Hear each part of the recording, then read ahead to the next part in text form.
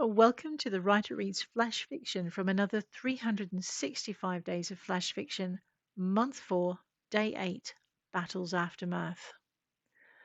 The soldiers crept through the town, trying to avoid alerting the inhabitants to their presence. In truth, they'd tried to go around, but the cliffs had blocked their path. The town straddled the only pass, walling the main thoroughfare from the town proper on either side and linking the two halves with bridges 20 man-heights above. The soldiers stuck to the sides, trying to move swiftly through the shadows clustered at their base, not seeking trouble, only escape. The battle had been hard fought and won, but not by them. For them, the war was over, and they sought only to go home, to hold their loved ones and melt back into the lives and the villages from which they'd been dragged. If only they could. They should have known it, for the dream it was.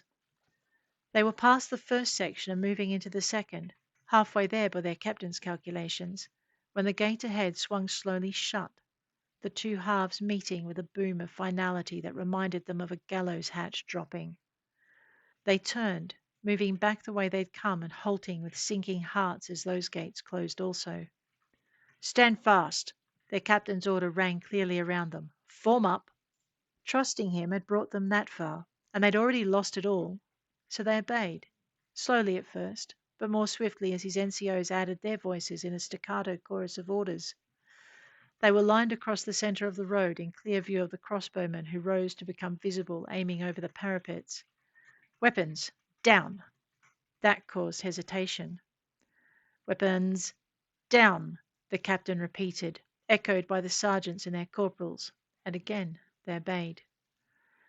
"This is going to be a slaughter," came a murmur from the back ranks. "Perhaps."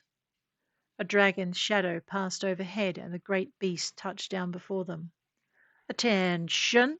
the captain ordered, and about face to face it and its riders as two more came to perch on the walkway's roof. "Nope, it's a roasting," quipped another of the soldiers. That was greeted by laughter, bitter and short-lived. "Running away?" The dragon's rider had descended. The captain straightened. "Getting my men to safety," he replied. "This was not their war." "You could have fooled me." "If I were a prankster, perhaps I would. You'd be an easy mark," the captain retorted. "But they were forced to fight." "I didn't see anyone holding a crossbow to their heads." "That's because you weren't looking for the crossbows aimed at their families," the captain declared. "Die for a cause they didn't believe in, or watch the only thing worth fighting for killed before their eyes. It wasn't much of a choice." But it was a choice. The captain sighed. "You want us dead, you kill us now, but don't talk us to death." "And who said I wanted you dead?"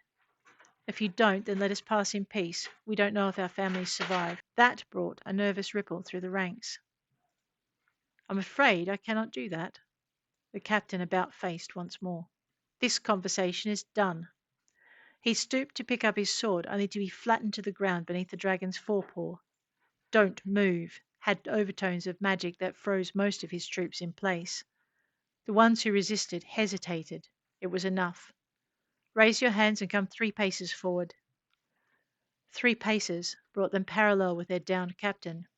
He was alive, trapped between the dragon's claws and pinned, but alive, if the rasp of his breath was anything to go by.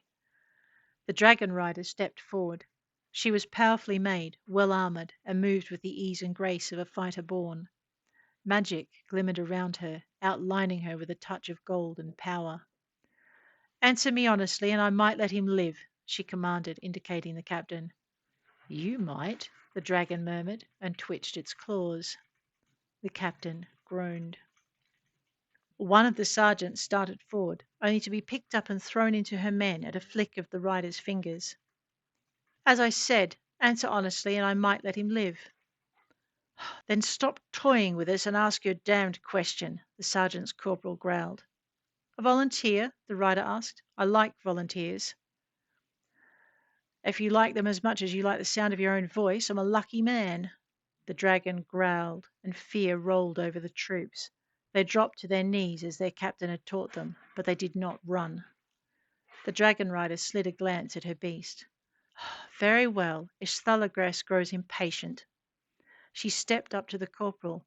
"You," she said, and waited until he looked up. What is it you want to be? Well, not a soldier, that's for damned sure, the man muttered. He hesitated, thinking. Honestly? He asked. Yes. He sighed and bowed his head. You owe me, Captain. Stop prevaricating, this rider snapped, and the corporal sighed again.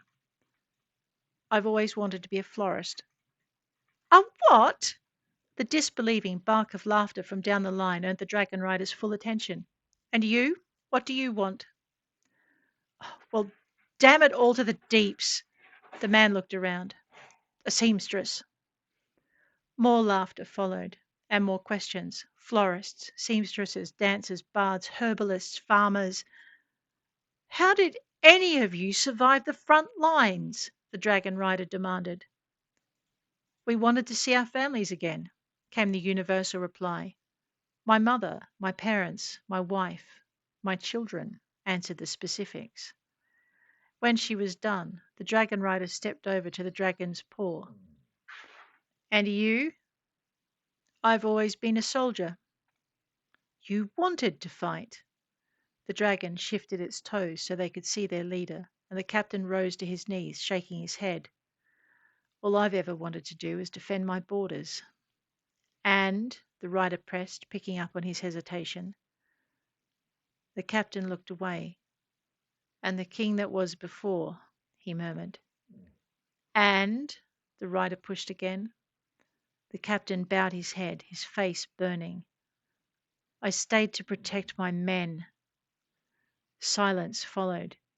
You'll follow my people, the rider ordered, and the soldiers remembered how to breathe, despite their misgivings. The army they'd fought swept down the mountain and passed them as they remained confined, and the war was short but fierce.